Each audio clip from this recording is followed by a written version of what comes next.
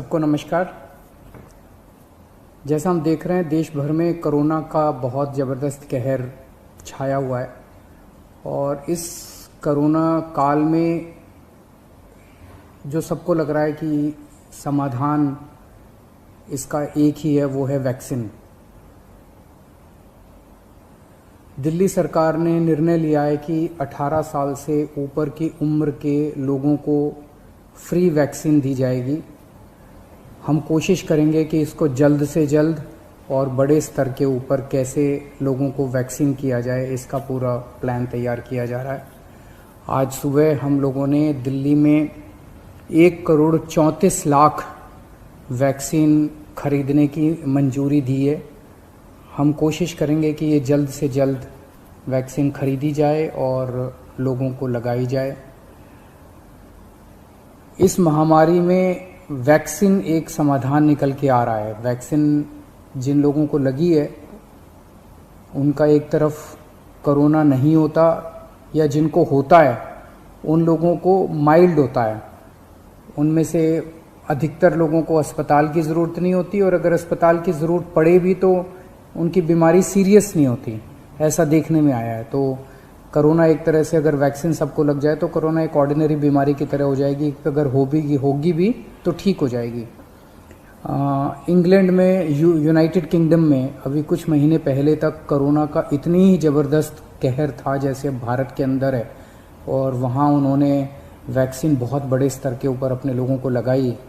तो कोरोना के अंदर उस लहर के ख़त्म होने का एक बहुत बड़ा कारण एक्सपर्ट्स वैक्सीन को मानते हैं कि जिस इंटेंसिटी के साथ, एग्रेसिवनेस के साथ कोरोना वैक्सीन लगाई गई इंग्लैंड में, उसका कोरोना की लहर को ख़त्म करने में बड़ा योगदान रहा। वैक्सीन के एक निर्माता ने कहा है कि वो राज्य सरकारों को 400 रुपये में देंगे, दूसरे निर्माता ने कहा है कि वो राज्य सरकारों को 600 रुपये में देंगे, और केंद्र सरकार को दोनों 150 रुपये में देंगे। मेरी उम्मीद है कि इसको एक ही प्राइस होना चाहिए, अलग अलग प्राइस नहीं होने चाहिए। उनमें से एक निर्माता का मैं इंटरव्यू देख रहा था जो कह रहा था कि 150 रुपये में जब वो केंद्र सरकार को दे रहे हैं तो उसमें भी उनको फ़ायदा हो रहा है।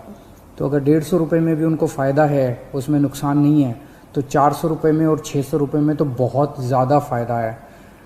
ये समय ऐसा है जो कि इंसानियत को मदद करने का समय है। ये समय ऐसा है जो प्रॉफिट कमाने का समय नहीं है। देश भर के अंदर केंद्र सरकार ने कई दवाइयों के प्राइसेस के ऊपर कैप लगाए।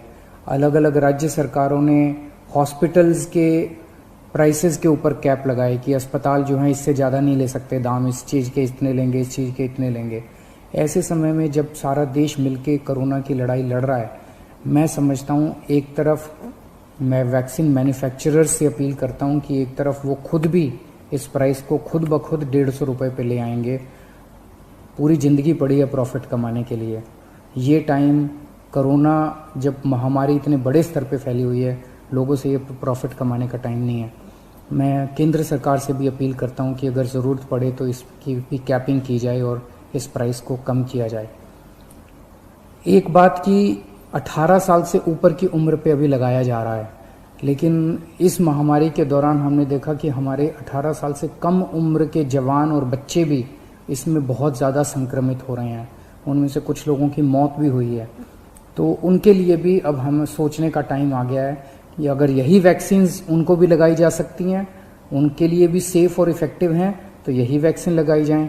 और अगर ये वैक्सीन उनको नहीं लगाई जा सकती, दूसरी वैक्सीन की ज़रूरत है, तो मैं उम्मीद करता हूं कि जल्द दूसरी वैक्सीन्स भी इजाद होंगी जो बच्चों को भी लगाई जा सकें, उनको भी सेफ़ हो और इफ़ेक्टिव हो।